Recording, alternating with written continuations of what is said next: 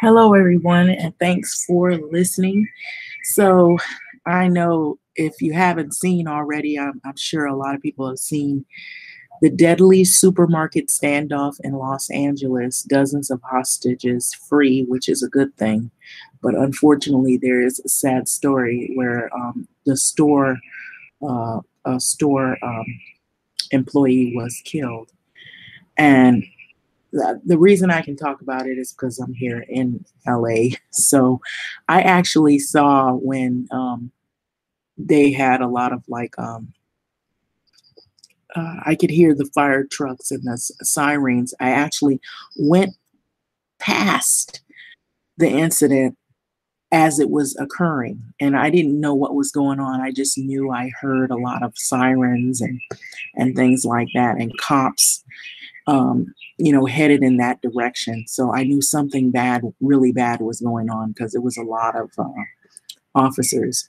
And so I actually drove past the Silver Lake area when that whole thing was in process. So it's a deadly supermarket standoff in LA. And I said, deadly Silver Lake shooting.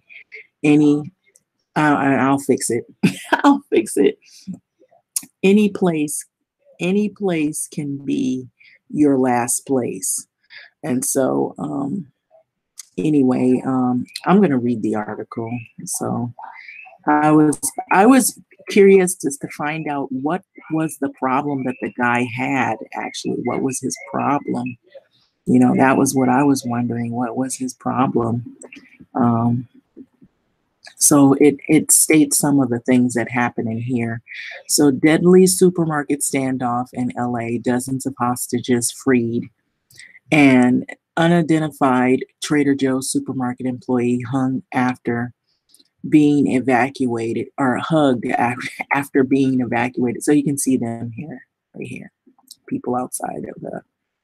And it says that the Los Angeles police, after the gunman barricaded himself inside the Trader Joe's store in LA Saturday on the 21st, 2018, police believe a man involved in the standoff at the LA supermarket shot his grandmother and his girlfriend and then fired at the officers during the pursuit before the crash into the utility pole outside the supermarket and ran inside the store. So that's how he ended up inside Trader Joe's. Because I was trying to figure out, well, how did he end up inside of there if he shot his grandmother, his girlfriend, and then he ended up in a Trader Joe's and held hostages and shot and killed someone in there? I was trying to figure out what was the whole thing. So it said a woman was shot and killed when a gunman ran into a busy LA supermarket where he held dozens of people hostage for about 3 hours on Saturday before handcuffing himself and surrendering to police. So no hostages were seriously hurt. That's a fortunate or a good thing. And so about 2 hours before taking the hostages, the police say that the man shot his grandmother 7 times, y'all, 7 times, his own grandmother.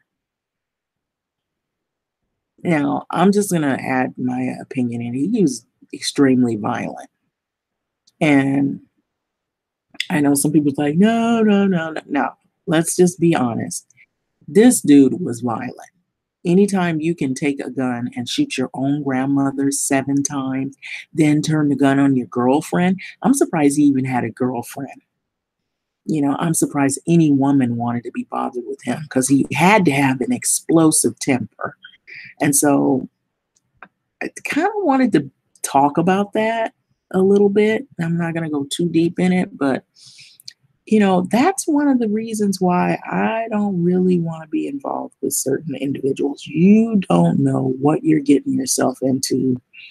And, if there had to been some signs that he was violent, that he had violent tendencies. Now, I don't know if he had other problems going on, if he had any mental or emotional problems, or if he lost his job, or if he was just a hot-tempered individual. But 7 times shooting your grandmother 7 times, something was going on with this dude, obviously. So it says that about 2 hours before taking the hostages, police say that the man shot his grandmother 7 times and wounded another woman.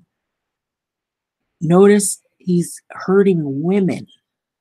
hurting women, shooting his own he doesn't have very much remorse, or his heart is not in it for women, and you can see that.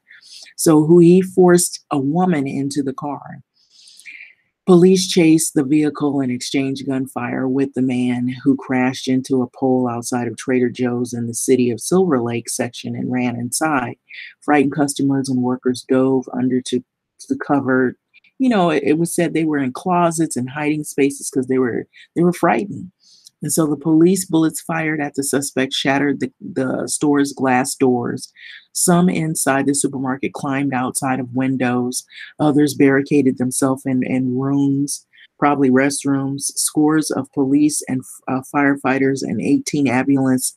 That's what I heard. A lot of ambulance. And one went right past me as I was going past the Silver Lake area. One was going right past me and he was flying, boy.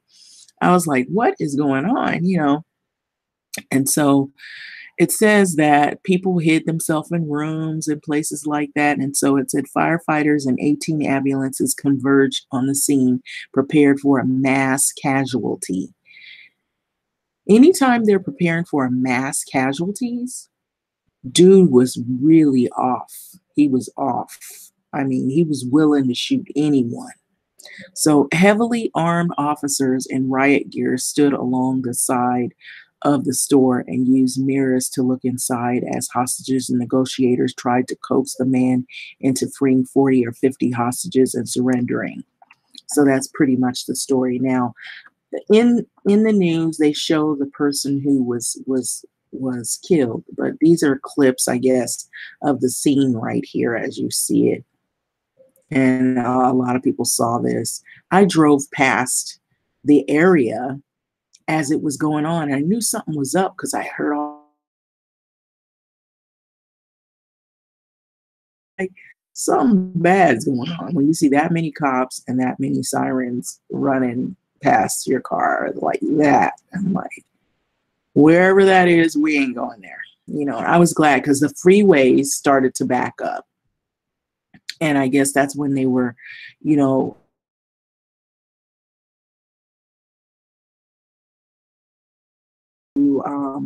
barricade that whole area until the hostage situation was over with. And so in the news, they show where one of the people that worked in the Trader Joe's was murdered by this man with all these issues. I don't know what the issues were, but I can tell you this: he was extremely dangerous. Anyway, they showed who he was. He's don't really have his name and none of that. I was just more concerned about the people that were, the hostages. At least they were able to get a lot of people out of there.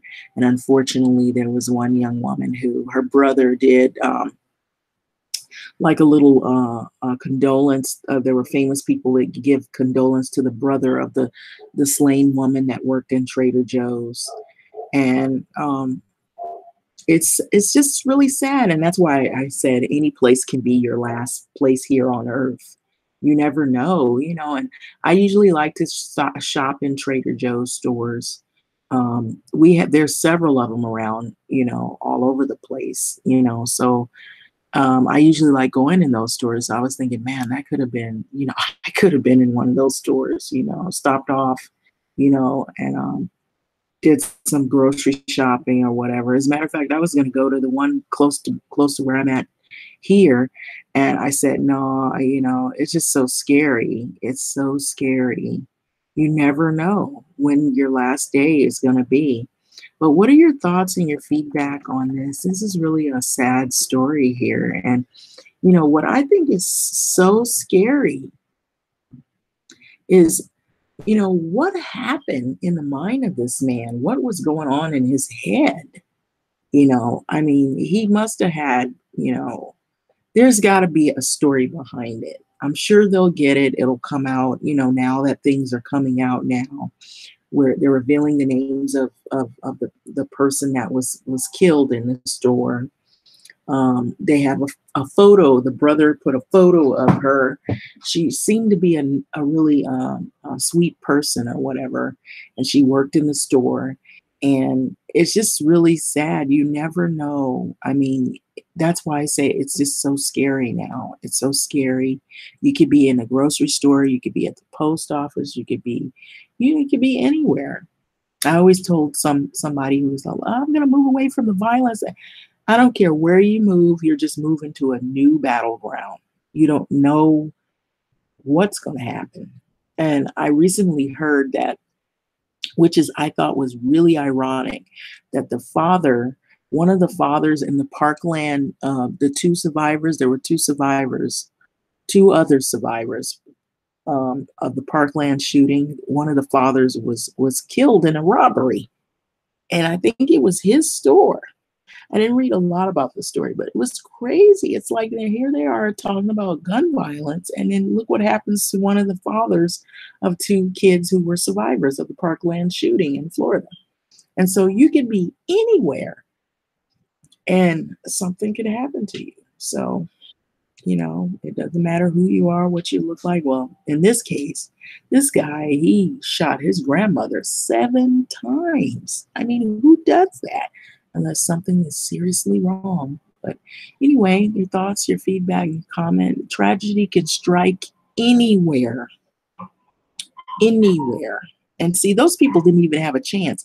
This dude, he hit the pole out there. They probably heard the commotion, but you're slow to react. You just hear something. And so you're going about your day, you're shopping. All of a sudden, somebody runs in there and takes everybody hostage. What do you do with that? And then today is your last day on earth. You don't know. He could decide to shoot everyone or shoot a couple of people, or the cops could shoot in there intending to shoot him to try to get him out of the way and then accidentally shoot an innocent person. So it's just very scary. But anyway, I'm going to leave this video go and I'll fix that. I meant to say any place can be your last place on earth. Anyway, like, comment, subscribe. Thanks for listening. My condolences out to the loved ones and the families and the people who had to endure this horrible, horrific tragedy of violence. Thanks for listening.